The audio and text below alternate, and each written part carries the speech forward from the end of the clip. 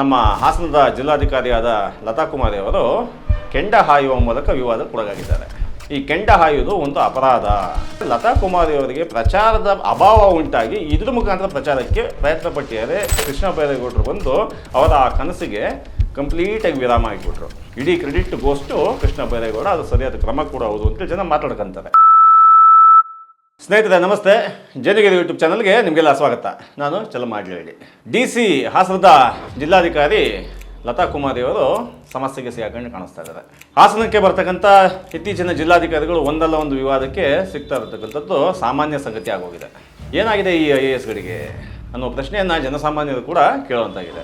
ಈಗ ಲತಾ ಕುಮಾರಿ ವಿಚಾರದಲ್ಲಿ ಏನಾಗಿದೆ, ಈ ಬಾರಿ ಹಾಸನಾಂಬೆ ಮತ್ತು ಸಿದ್ದೇಶ್ವರ ಜಾತ್ರಾ ಮಹೋತ್ಸವದಲ್ಲಿ ಭಾಳ ಅದ್ದೂರಿಯಾಗಿ ಜಾತ್ರೆ ನಡೆದಿದೆ, ಉತ್ಸವ ನಡೆದಿದೆ. 26 ಲಕ್ಷಕ್ಕೂ ಹೆಚ್ಚು ಜನ ಭಕ್ತಾದಿಗಳು ಈ ವರ್ಷ ಹಾಸನಾಂಬೆ ಜಾತ್ರೆಗೆ ಬಂದೋಗಿದ್ದಾರೆ ರಾಜ್ಯದ ನಾನಾ ಕಡೆಯಿಂದ. ಹಾಗೆ ಭಾಳ ದೊಡ್ಡ ರೆವಿನ್ಯೂ ಈ ಸರಿ ಹಾಸನ ಜಾತ್ರೆಯಲ್ಲಿ ನಾವು ನೋಡಿದ್ದೀವಿ. ಪ್ರತಿ ವರ್ಷದಿಂದ ವರ್ಷಕ್ಕೆ ಹಾಸನಾಂಬೆಯ ಜಾತ್ರೆಯ ಆದಾಯ ಹೆಚ್ಚುತ್ತಾನೆ ಹೋಗ್ತದೆ. ಆದರೆ ಹಾಸನಾಂಬ ದೇವಸ್ಥಾನ ಇರತಕ್ಕಂಥ ಸುತ್ತಮುತ್ತಲ ಜಾಗ ಅಭಿವೃದ್ಧಿ ಕಾಣುವ ಯಾವ ಲಕ್ಷಣಗಳು ಕಾಣಿಸ್ತಿಲ್ಲ. ಇದು ಬೇರೆ ವಿಚಾರ. ಆದರೆ ಇವಾಗ ಭಾಳ ಪ್ರಮುಖವಾಗಿರ್ತಕ್ಕಂಥ ವಿಚಾರ ಏನು ಅಂತಂದರೆ, ನಮ್ಮ ಹಾಸನದ ಜಿಲ್ಲಾಧಿಕಾರಿಯಾದ ಲತಾ ಕುಮಾರಿ ಅವರು ಕೆಂಡ ಹಾಯುವ ಮೂಲಕ ವಿವಾದಕ್ಕೊಳಗಾಗಿದ್ದಾರೆ. ಕೆಂಡ ಹಾಯೋದು ಭಾಳ ಸಾಮಾನ್ಯವಾದ ಪ್ರಕ್ರಿಯೆ.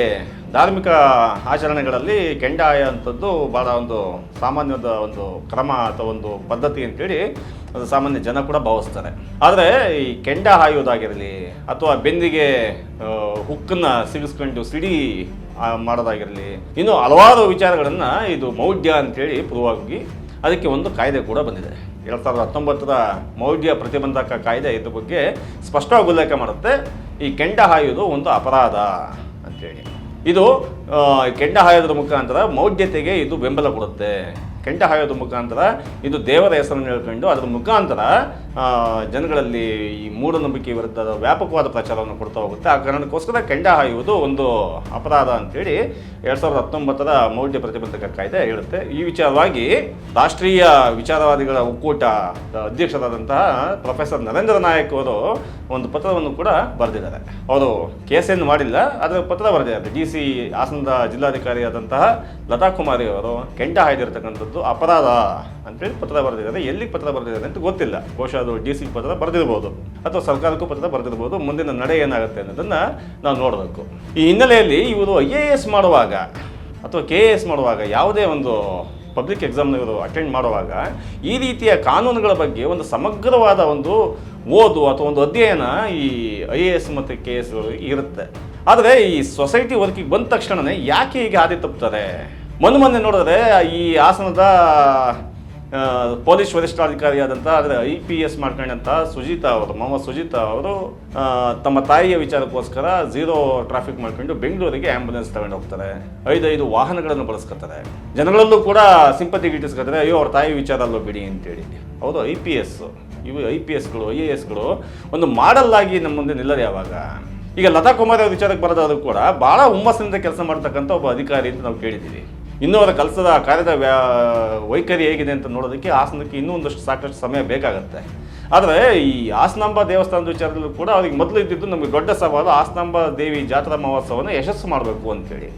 ಆ ಯಶಸ್ಸು ಮಾಡೋ ನಿಟ್ಟಿನಲ್ಲಿ ಈ ಜಿಲ್ಲೆಯ ಉಸ್ತುವಾರಿ ಮಂತ್ರಿ ಆದಂತಹ ಕೃಷ್ಣ ಬೈರೇಗೌಡರು ಕೂಡ ಭಾಳ ಗಂಭೀರವಾಗಿ ತಗೊಂಡು ಅದಷ್ಟು ದಿನಗಳ ಜಾತ್ರೆಯನ್ನು ಯಶಸ್ಸು ಮಾಡಿ ಮುಗಿಸಿರ್ತಕ್ಕಂಥದ್ದು ನಾವೀಗ ನೋಡಿದ್ದೀವಿ. ಆದರೆ ಇಲ್ಲಿ ಆ ನಡುವೆ ಒಂದಷ್ಟು ಚರ್ಚೆಗಳು ಬಂತು. ಆ ಚರ್ಚೆಗಳು ಏನು ಬಂತು? ಈ ಜಾತ್ರಾ ಮಹೋತ್ಸವ ಇಷ್ಟೊಂದು ಯಶಸ್ವಿಯಾಗಿ, ಯಾವುದೇ ಒಂದು ಅವಘಡಕ್ಕೆ ಆ ಪಾತ್ರ ಇಲ್ಲದಲ್ಲೇ ಇಷ್ಟೊಂದು ಯಶಸ್ವಿಯಾಗಿ ಏನು ಕಾರಣ?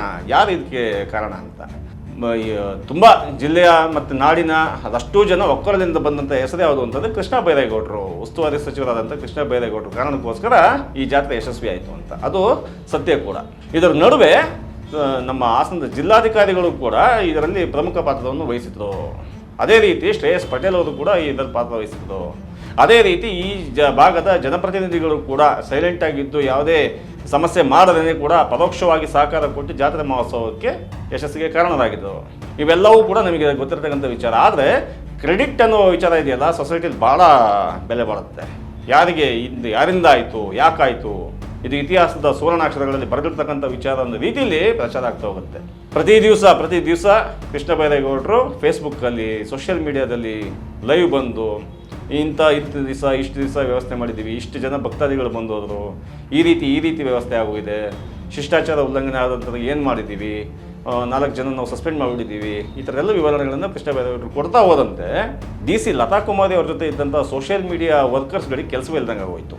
ಈ ಸರಿ ಅವ್ರು ಅಂದ್ಕೊಂಡಿರೋದು ಹಾಸನಾಂಬ ಜಾತ್ರಾ ಮಹೋತ್ಸವವನ್ನು ತುಂಬ ಯಶಸ್ಸು ಮಾಡಿ ಅದನ್ನು ನಾವು ಕ್ರೆಡಿಟ್ ತಗೊಬೋದೇನೋ ಅಂತ ಬಹುಶಃ ಅವ್ರು ಅಂದ್ಕೊಂಡಿರ್ತಿರ್ಬೋದು. ಆದರೆ ಕೃಷ್ಣ ಬೈರೇಗೌಡರು ಬಂದು ಅವರ ಆ ಕನಸಿಗೆ ಕಂಪ್ಲೀಟಾಗಿ ವಿರಾಮ ಇಟ್ಬಿಟ್ರು.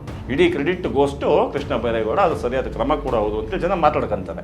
ಆದರೆ ಆ ನಂತರದಲ್ಲಿ ಈ ಕೆಂಡ ಹಾಯುವ ಪ್ರಕ್ರಿಯೆ ಇದೆಯಲ್ಲ, ಈ ಕೆಂಡ ಹಾಯುವ ಪ್ರಕ್ರಿಯೆ ಮುಖಾಂತರ ಮತ್ತೆ ಲತಾ ಕುಮಾರಿ ಅವರು ನೆಗೆಟಿವ್ ಪಾಸಿಟಿವ್ ಮತ್ತೆ ಪ್ರಚಾರಕ್ಕೆ ಬಂದಿದ್ದಾರೆ. ಇಲ್ಲಿ ವಿಚಾರ ಒಂದು ಏನು ಅಂತಂದರೆ, ನಾವು ನರೇಂದ್ರ ನಾಯಕ್ ನಮ್ಮ ದೇಶ ಕಂಡಂತಹ ಒಬ್ಬ ವಿಚಾರವಾದಿಗಳ ಬಗ್ಗೆ ನಗೆಪಾಟಲು ಮಾಡ್ತಕ್ಕಂಥದ್ದು ಭಾಳ ಹಿಂದಿಂದ ನೋಡಿದ್ದೀವಿ.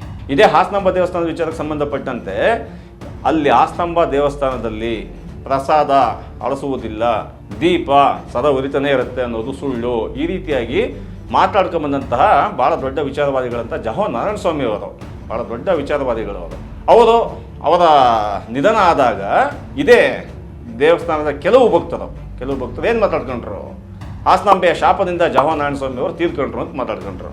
ಮೌಢ್ಯ ಅಲ್ವಾ ಇದು? ಜವಾಹರ್ ನಾರಾಯಣ ಸ್ವಾಮಿ ಅವರು ತೀರ್ಕೊಂಡಿದ್ದು ಯಾವ ಕಾರಣಕ್ಕೋಸ್ಕರ? ಅವ್ರು ಮಾತಾಡಿದ ಪ್ರತಿಪಾದನೆ ಮಾಡಿದ ವಿಚಾರಗಳು ಯಾವುವು? ಇವು ಒಂದಕ್ಕೊಂದಕ್ಕೆ ಇಂಟರ್ಲಿಂಕ್ ಆದಂಥ ವಿಚಾರವಾದಿಗಳ ಬಗ್ಗೆ ಆಸ್ತಿಕರ ಬಗ್ಗೆ ವಿಚಾರವಾದಿಗಳು ಏನಾದರೂ ಭಿನ್ನಾಭಿಪ್ರಾಯ ಇಟ್ಕೊಳ್ಳಿ. ಆದರೆ ಜೀವದ ವಿಚಾರಕ್ಕೆ ಬಂದಾಗ, ಬದುಕಿನ ಶೈಲಿಯ ವಿಚಾರಕ್ಕೆ ಬಂದಾಗ ಒಂದಷ್ಟು ಸೌಜನ್ಯಯುತವಾಗಿ ವರ್ತಿಸೋದನ್ನು ಕಲಿಬೇಕಾಗತ್ತೆ. ಆದರೆ ಜಿಲ್ಲಾ ದಂಡಾಧಿಕಾರಿ IPS IAS ಮಾಡ್ಕೊಂಡಂಥವ್ರು, IAS ಲತಾ ಕುಮಾರಿ ಅವರಂಥವ್ರೆ ಕೆಂಡ ತುಣಿಯೋದಕ್ಕೆ ಕೊಟ್ಬಿಟ್ರೆ, ಹೌದು ಅವ್ರು ನಮ್ಮ ಧಾರ್ಮಿಕ ನಂಬಿಕೆ ಅಂತ ಅನ್ಬೋದು. ಈ ಹಿಂದೆ ಇದ್ದಂತಹ DC ಸತ್ಯಭಾಮ ಅವರು ತಮ್ಮ ಗಂಡನ ಜೊತೆ ಕೂತ್ಕೊಂಡು ಹೋಮ ಹವನ ಮಾಡಿದರು. ಹೋಮ ಹವನ ಮಾಡೋದ್ರ ಬಗ್ಗೆ ಇನ್ನೂ ಕಾನೂನು ಏನು ಹೇಳುತ್ತೆ ಅದ್ರ ಬಗ್ಗೆ ಕ್ಲಾರಿಟಿ ಇಲ್ಲ. ಹೌದು, ಅದು ಹಿಂದೂ ಧಾರ್ಮಿಕ ಶ್ರದ್ಧೆ, ಅವ್ರು ನಡ್ಕೊಳ್ಳಿ ಅಂತ ಹೇಳ್ತಾರೆ. ಹಿಂದೂ ಧಾರ್ಮಿಕ ಶ್ರದ್ಧೆ ಅಂತಂದರೆ ಹಾಸನದ ಜಿಲ್ಲಾಧಿಕಾರಿ ಕೇವಲ ಹಿಂದೂಗಳಿಗೆ ಮಾತ್ರನಾ? ಈ ಥರ ಪ್ರಶ್ನೆಗಳಲ್ಲಿ ಉದ್ಭವ ಆಗ್ತವೆ. ಒಂದು ಡೆಮಾಕ್ರೆಟಿಕ್ ಸೆಟಪ್ಪಲ್ಲಿ ನಾವು ಯೋಚನೆ ಮಾಡುವಾಗ ಇವರು ನಮ್ಮ ರೂಲ್ಸ್ ಆ್ಯಂಡ್ ರೆಗ್ಯುಲೇಷನ್ಸ್ನ ಮರಿಬಾರದು. ಇದು ನನಗೇನು ಅನಿಸುತ್ತೆ ಅಂತಂದರೆ, ಜನಗಳು ಏನು ಮಾತಾಡ್ಕೊತಾ ಇದ್ದಾರೆ ಅಂತಂದರೆ, ಲತಾ ಕುಮಾರಿ ಅವರಿಗೆ ಪ್ರಚಾರದ ಅಭಾವ ಉಂಟಾಗಿ ಇದ್ರ ಮುಖಾಂತರ ಪ್ರಚಾರಕ್ಕೆ ಪ್ರಯತ್ನ ಪಟ್ಟಿದ್ದಾರೆ. ಈ ಪ್ರಯತ್ನದಿಂದಾಗಿ ಇವರೇ ಸಮಸ್ಯೆಗೆ ಸಿಗಾಡೋದಕ್ಕೆ ಹೊರಟಿದ್ದಾರೆ. ಮೈಯೆಲ್ಲ ಕಣ್ಣಾಗಿರ್ಬೇಕು ಈ ಥರ ವಿಚಾರಗಳಲ್ಲಿ. ಇದ್ರ ಜೊತೆಗೆ DC ಅವ್ರ ಸುತ್ತ ಲತಾ ಕುಮಾರಿ ಆಗಿರ್ಬೋದು, ಈ ಹಿಂದೆ ಸತ್ಯಭಾಮ ಇದ್ದವರದ್ದಾಗಿರ್ಬೋದು, ಈ ಹಿಂದೆ ಸುತ್ತಮುತ್ತ ಸರಿಯಾಗಿ ಮೇಡಮ್ ಹಿಂಗೆ ಮಾಡೋದು ಸರಿ ಇರುತ್ತೆ, ಹಿಂಗೆ ಮಾಡೋದು ಸರಿ ಇರಲ್ಲ ಅಂತ ಹೇಳ್ಕೊಡ್ತಕ್ಕಂಥ ಯಾವ ಪ್ರಜ್ಞಾವಂತರು ಕೂಡ ಇಲ್ಲ. ಸುತ್ತಮುತ್ತ ಬಟ್ಟೆಗಳನ್ನು ಇಟ್ಕೊಂಡಿದ್ದಾರೆ. ಅವ್ರು ಹೇಳಿದ್ರೆ ಹೊಗಳ್ಬೇಕು, ಹೊಗಳ್ಭಟ್ರನ್ನು ಇಟ್ಕೊಂಡಿದ್ದಾರೆ. ಇವೆಲ್ಲವನ್ನು ಕೂಡ ಬದಿಗಿಟ್ಟು ಜಿಲ್ಲೆಯಲ್ಲಿ ಒಂದು ವೈಜ್ಞಾನಿಕವಾದ ಆಧ್ಯಾತ್ಮಿಕವಾದಂತಹ ನಿಜವಾದ ಸ್ಪಿರಿಚುವಲ್ ಲೈಟ್ನಿಂಗ್ ಅಂತಾರಲ್ಲ, ಆ ರೀತಿಯ ಒಂದು ಕೆಲಸಗಳಿದ್ದಕ್ಕೆ ಮುನ್ನುಡಿನ ಅಡಿಗಲ್ಲನ್ನು ಹಾಕೊಡ್ತಕ್ಕಂಥ ಕೆಲಸಗಳನ್ನು ಜಿಲ್ಲೆಯಲ್ಲಿ ಭಾಳ ಪ್ರಮುಖ ಜಾಗದಾಗಿರ್ತಕ್ಕಂಥ ಲತಾ ಕುಮಾರಿ ಅಂತವ್ರು ಮಾಡಬೇಕಾಗತ್ತೆ. ಈಗ ಅವ್ರ ಮೇಲೆ ಕೇಸ್ ಆಗೋ ಸಾಧ್ಯತೆಗಳಿದ್ದಾವೆ. ಆ ಕೇಸ್ ಆದರೆ ಇವ್ರ ಮುಂದಿನ ನಡೆ ಏನು ಅನ್ನೋದನ್ನು ಕಾದು ನೋಡೋಣಂತೆ. ಧನ್ಯವಾದಗಳು.